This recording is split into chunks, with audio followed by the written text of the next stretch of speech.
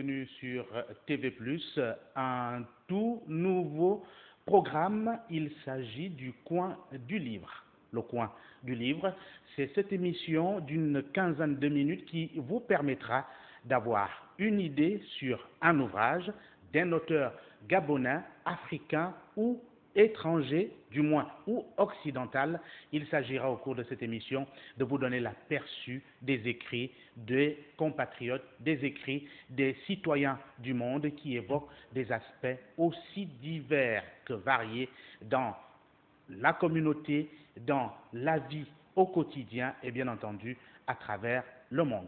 Et pour ce premier numéro, nous avons un auteur que nous allons vous présenter tout de suite. Il s'agit de Jean-René Ovono Mendam, dont l'ouvrage est intitulé Le disque dur de Pierre Claver Zeng Ebom, paroles, rythme et symboles. Qui est Jean-René Ovono Mendam? On va le découvrir. C'est un docteur en littérature française.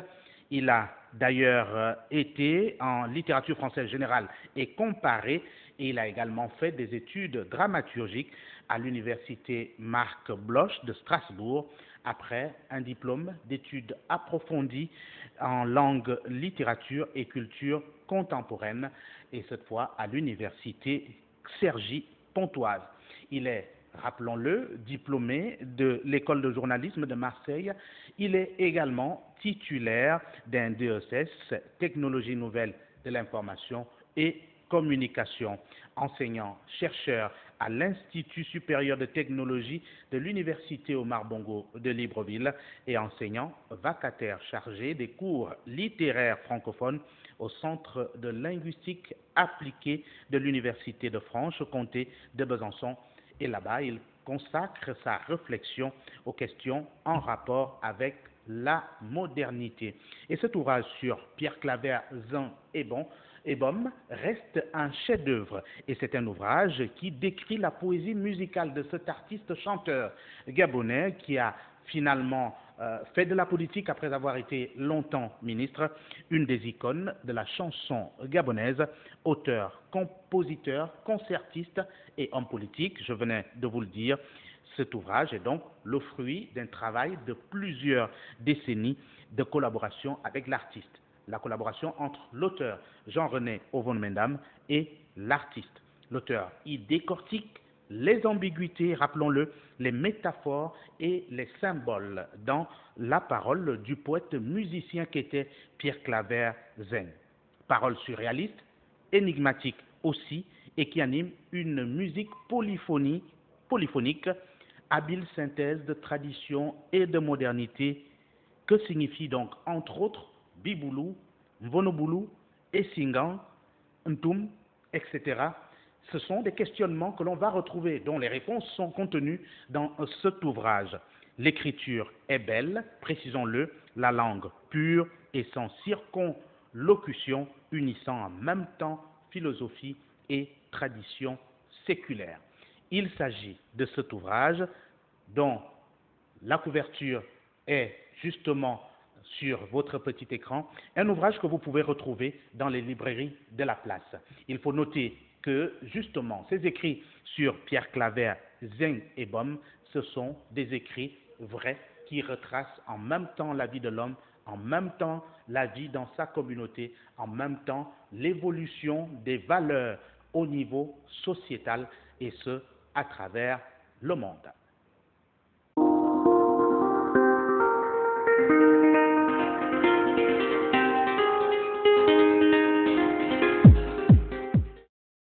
Qui était Pierre Claver Zeng, au juste? L'auteur le décrit ici, dans cet ouvrage.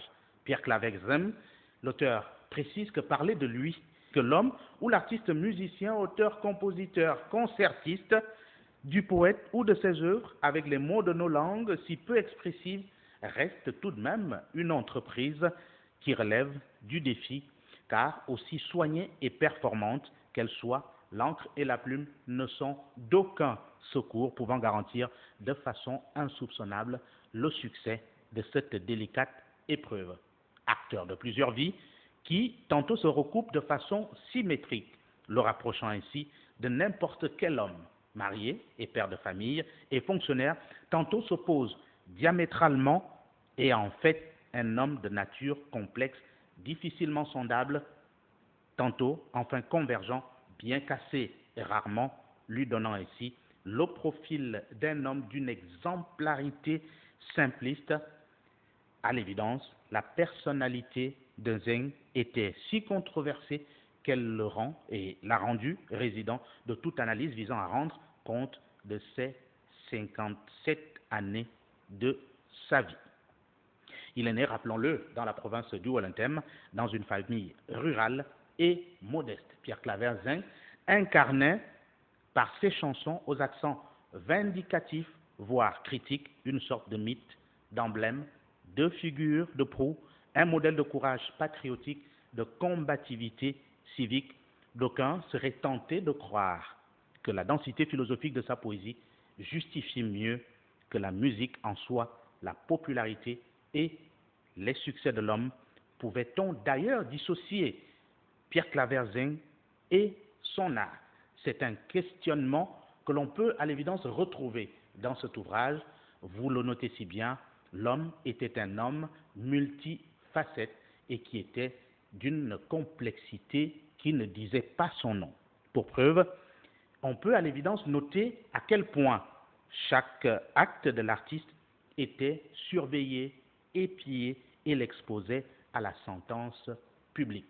Pierre Claver Zeng, qui, dans ses œuvres, évoquait beaucoup de thèmes, beaucoup de parodies, justement, beaucoup de sagesse ressortait dans ces différentes chansons, notamment.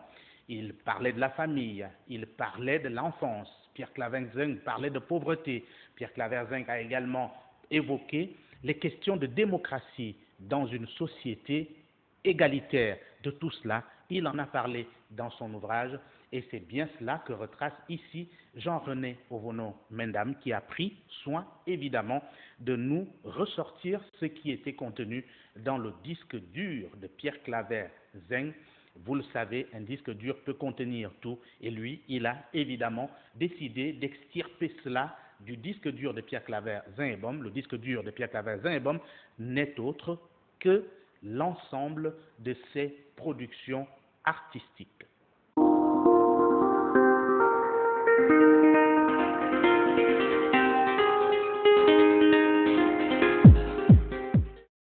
Nous allons pour la dernière phase de ce numéro, de ce premier numéro du Coin du Livre, vous plonger dans la lecture. Et nous allons prendre le cahier numéro 4 de cet ouvrage. Il s'agit de Eyaman, l'enfant d'un autre, traduit du fond, bien sûr. Une famille où l'homme, la femme et les enfants vivent ensemble dans la paix fait l'expérience de l'harmonie essentielle au bien-être et à l'épanouissement de chacun. L'union, l'unité, l'harmonie expriment communément l'état d'une personne consciente du fait que son individualité est rattachée à une entité plus grande qui est la famille, la communauté et de manière plus large, la nation. Organisée sur des bases saines, sur des règles équilibrées, rationnelles et justes, la vie communautaire est un acte d'épanouissement pour l'enfant, un point de fierté pour les parents. La présence de ces derniers garantit la sécurité de chacun en même temps qu'elle inspire confiance et courage. Mais est-ce le cas pour un enfant arraché au contact des parents et contraint par les circonstances souvent malheureuses à la solitude ou, pire encore, à l'éloignement? Il est orphelin, soit abandonné, soit encore tout simplement sous l'autorité d'une personne qui n'est pas son parent géniteur. Plus ou moins proche, cette personne fait subir et de manière passive ses humeurs. Traitement qui enfin souffre de douleur en réduisant l'enfant au statut d'esclave. On parle ainsi de Eyaman, réalité trop présente pour ne pas échapper au regard du poète qu'a été Pierre Claver Zeng. Et c'est une chanson qui fait partie des titres graves, pathétiques de la discographie de ce dernier. Elle est quasiment un requiem en faisant écho à la dureté des épreuves habituellement imposées à l'enfant et auxquelles celui-ci ne peut se soustraire sans susciter le courroux du tuteur.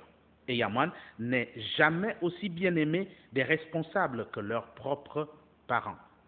Il n'a pratiquement pas droit aux mêmes avantages, aux mêmes mérites, alors qu'il a tous les devoirs, y compris au premier chef, celui d'être blâmé parfois pour rien. Il n'est servi qu'après avoir rempli les obligations mises à sa charge. On le nourrit de pitance et reçoit à la place des conseils ou un discours pédagogique de semonce et des insultes quand ce ne sont pas des gifles ou le bâton. C'est justement cet aspect sombre des tribulations qui pèsent sur Eyaman que dénonce Pierre Claver Zing. Ce dernier, l'enfant bien sûr, chante l'artiste, tient le malheur dans ses mains. À travers l'enfant de l'autre se dessine l'itinéraire de tous les enfants en situation de déréliction. Maillons faibles de la société, ils y vivent en paria, convaincus que leur sort est scellé d'avance.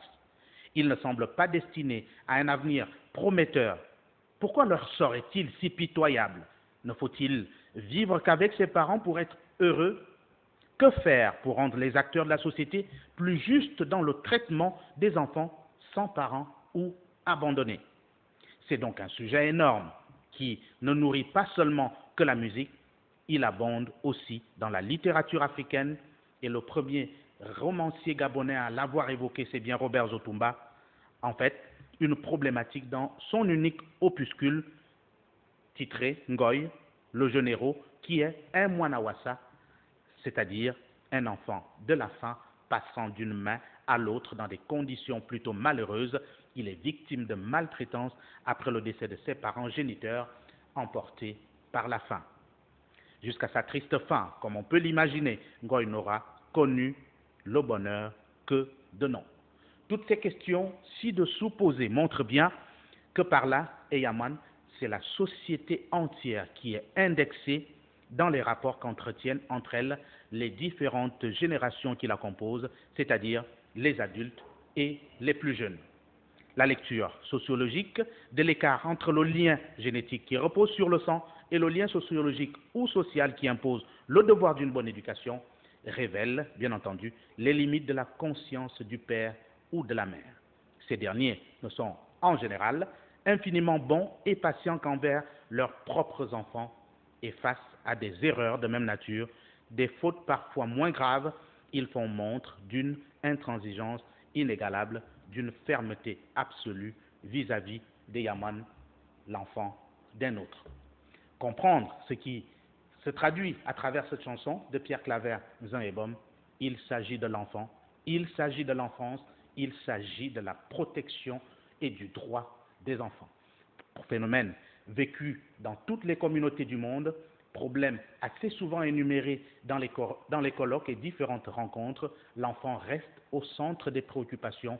Il est surtout le bonheur des familles et pour cela, et c'est ce qu'il faudra retenir à travers ce cahier 4 de cet ouvrage, que l'enfant a des droits bien plus importants qui peuvent permettre à tout un chacun de les respecter pour son épanouissement et pour l'avenir d'une nation, parce que l'avenir d'une nation se base sur l'enfant, se base sur l'enfance, se base sur la jeunesse. Ce premier numéro du Coin du Livre, c'est fini. On se retrouve très prochainement. Merci de nous avoir suivis.